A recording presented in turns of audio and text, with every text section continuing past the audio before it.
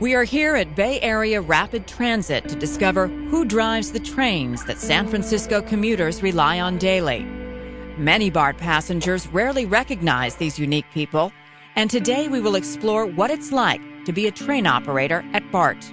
These are the train operators at BART and their stories. They actually do quite a bit. They're responsible for like 2,000 lives when they have a full load on a 10-car train.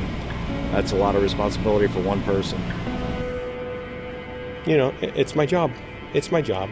I encounter people, that would say, oh, you get paid so much, blah, blah, blah, blah, blah. I said, well, you're welcome to apply for this job. This job is open to every man and woman on this planet, I did all mine, passed the tests and everything 19 years ago.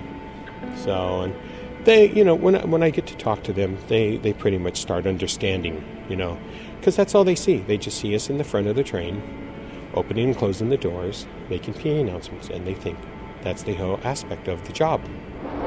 The red is our speed code. That's basically like the speed limit on this section of track.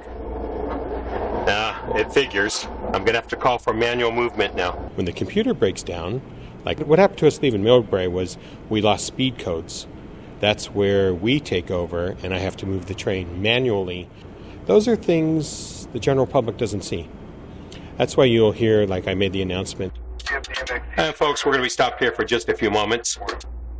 I'm doing all that to get the train to move, to keep it on time.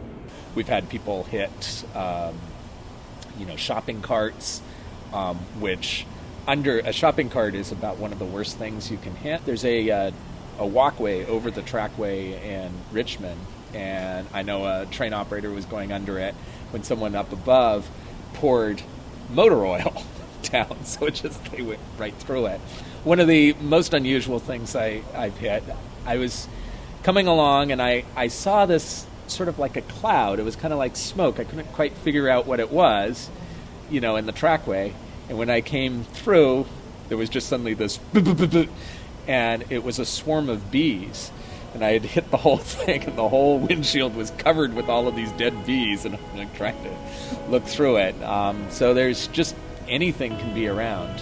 One morning during AM commute, I was in the Transbay Tube, got an intercom call, and the person said that another passenger was having a seizure on a particular car.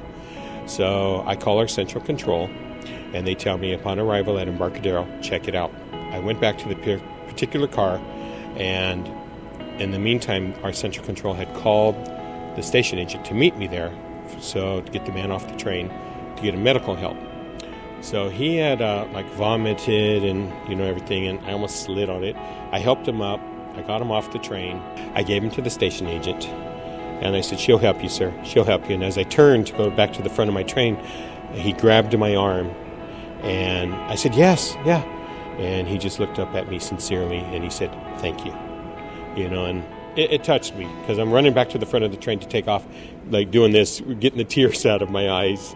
And, it's things, we help our people. We help our patrons. It's their safety. We're giving them the safest, best possible ride that we can do. Nothing has ever inspired me to move on up to a supervisor, because I enjoy my job.